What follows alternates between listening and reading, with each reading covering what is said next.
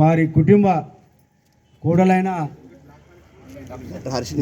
Harsha doctor గారు మరి మన ఊరికి చేరుకొని మనకు వారికి స్వాగతం పలుకుతూ ఈరోజు తెలంగాణ ప్రభుత్వం వచ్చినప్పుడు ఈ ప్రాంత అభివృద్ధి ఎలాగుండే, ఇప్పుడు కాంగ్రెస్ గెలిచిన తర్వాత మరి అన్ని శూన్యం అయిపోయినాయి.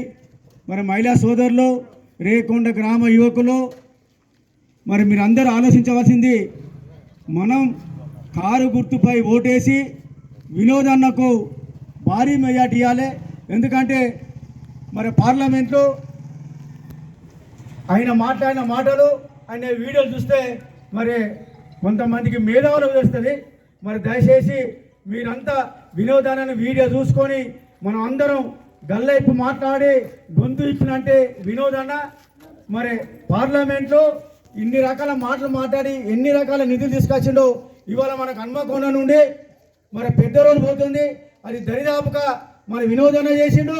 మరి ఇక్కడ రైల్వే తిరుపతి వేదాన్ని సుధా వినోదన పాత్ర ఉన్నది. మరి ఇవన్నీ చేసిన వ్యక్తికి ఓటేయాలి. మరి ఇక్కడ బీజేపీ కాంగ్రెస్ వాళ్ళు మాటలు చెప్పి మాటలతో కాంగ్రెస్ ప్రభుత్వం వచ్చింది తప్ప వాళ్ళు నిజంగా పనిచేసే వాళ్ళు కాదు.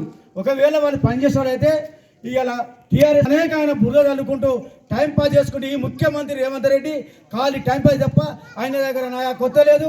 ప్రజలకు హామీలు ఇచ్చినంత వృధా. ఆయన మాటలు నమ్మకుండా కాంగ్రెస్ బీజేపీ మాటలు నమ్మద్దని ఈ ప్రజానికి చెప్తున్నాం. దయచేసి మహిళా సోదరులు అందరూ మరి ఈసారి కారుపై ఓటేసి భారీ మేడిస్తారని మాకు నమ్మకం ఉంది. జై తెలంగాణ, జై సతీబాబు.